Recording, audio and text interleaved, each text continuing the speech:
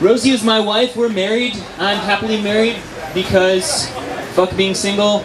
A lot of my friends came up to me when I was getting married and they're like, man, I don't know how you could get married. I could never get married. I love the hunt too much. I love the hunt.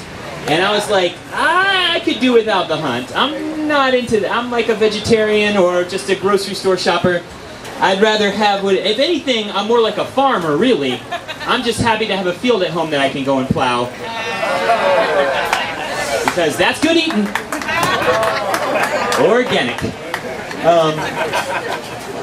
I'm happy to be here and play some music with you guys. I've played music in the past. I'm not as good as some of you guys out there, but my first band I was ever in was called the Bumpin' Uglies. And of course, that is a euphemism for sex, because genitals are disgusting looking. And personally, I think it's the most apt euphemism for sex, because really, a penis kind of looks like a veiny sausage, and a vagina kind of looks like a sideways roast beef sandwich. And when you think about it like that, sex seems less like an act of passion and more like a special at Arby's. It's got enough baby batter on it to make a whole mess of people pancakes. But I always wanted to start my own cover band, an Oasis cover band. We would call ourselves Mirage. I don't know, somehow that vision never materialized. I'm just joking. I would never cover that shitty band. What a terrible idea. It'd be like having a 311 cover band called Minor Emergency Hotline. Somebody got it. Somebody's had some minor emergencies. I've had a lot of weird jobs in my past because I think I'm an artist. I draw a lot too. I do other forms of art besides this. And it's weird when you tell people you're an artist or they see you doing art. They're like, oh, you're an artist. Man, I couldn't draw a straight line if I had a ruler. You might want to check in with a doctor on that. That's like a sign of epilepsy. That's not if you're an artist or not. It's weird because people, when you tell them you're an artist, they want to tell you how bad at art they are. It's never like that with another hobby. You're like, oh man, I love to play basketball. Oh man, I couldn't dribble if I came back from oral surgery. Like, you don't get that kind of response with any kind of other hobby. It's just really art. But being an artist, I kind of have tried to find ways to make money in other ways because nobody pays you for that. So I've had a lot of strange jobs. I worked at Conan's Pizza for 4 years. Yeah, so you guys know I've got tons of experience getting high. Because if you know Conan's, you know what I mean. And then I worked at 7-Eleven, and you can tell that's a shitty job by the name, because that's how much they paid us an hour. And it's terrible, it's terrible. And then I worked as a comedy defensive driving teacher, which kind of sounds cool at first, until you realize you have to tell jokes to sober people at 9 o'clock in the morning on a Saturday. And that really makes you question your decision to do comedy.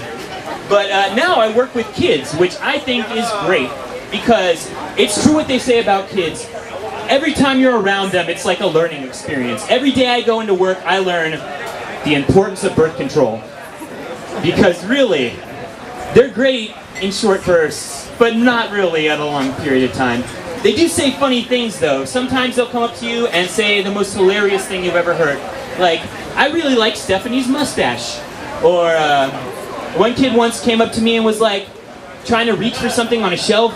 And I was like, hey, what are you trying to get? What do you want? And he's like, I want to get high. And I was like, hey, me too. But I didn't say that because I'm a good teacher. Instead, I said, wait until high school. Some people might be questioning that, like, high school, really? Not college? I'm here to tell you right now, I passed high school with flying colors and I was on drugs all the time. And by that I mean I did a lot of acid.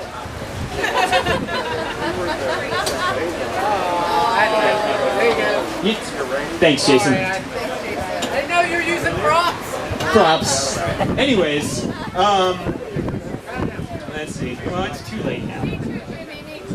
Yeah. Sarah too, everybody. I had some kind of list. Oh, there it is. I do smoke weed a lot because, you know, why not, right? I mean, I don't know. If any plant was to be illegal, I would say poison ivy should be the one and not weed.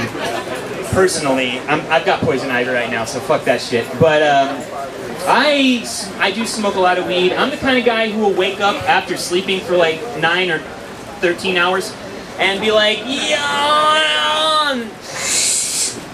I just woke up after sleeping for 12 hours. That's enough reality for me. I'm not even gonna give the day a chance to go wrong. Some of you guys get it. Some of you guys are happy with the way your life's turned out. But good read. I am also not a big religious guy. When I was little, I was baptized Catholic, but I gave that up soon afterwards because any religion that has to partially drown you to initiate you just isn't for me. And a lot of the other things about Catholicism are just wacky to me, like the whole transubstantiation thing. You eat a cracker and it turns into Jesus' flesh, and you drink some wine and it turns into his blood. I never understood that because why do you want to eat Jesus? Like, this isn't Kirby's Dream Land. You're not going to suddenly gain some Jesus powers just by ingesting the flesh. Like, miracle here, no. It's not going to happen. If anything happened from eating raw Jesus, you would have to call in sick to work on Monday. Like, oh man, I can't come in. I got food poisoning. I ate some raw Jesus. And that's why you got to cook your Jesus and make sure it's kosher. And you know that crackers and wine is coming from somewhere, right? They're just shopping at Costco the day before. You're like, next week I'm going to bring some cheese to go with my crackers and wine. My Jesus. It's going to be Swiss, because that's the holiest cheese. Snuck a pun in. I like superheroes because I'm kind of a nerd. And my favorite superheroes of all time probably are the Ninja Turtles. Specifically because they're the only superheroes who have to wear disguises so you can tell which ones they are. Because they all look the same. I mean, it's not like those disguises would fool anybody anyway. It's like a bandana across the eyes, like no bad guys. Like, I want to tell you who stopped me, but they were wearing a mask, so it's no-go. And they also have really wacky weapons, like a sword and nunchucks. That shit doesn't flush down the toilet. They live in the sewers.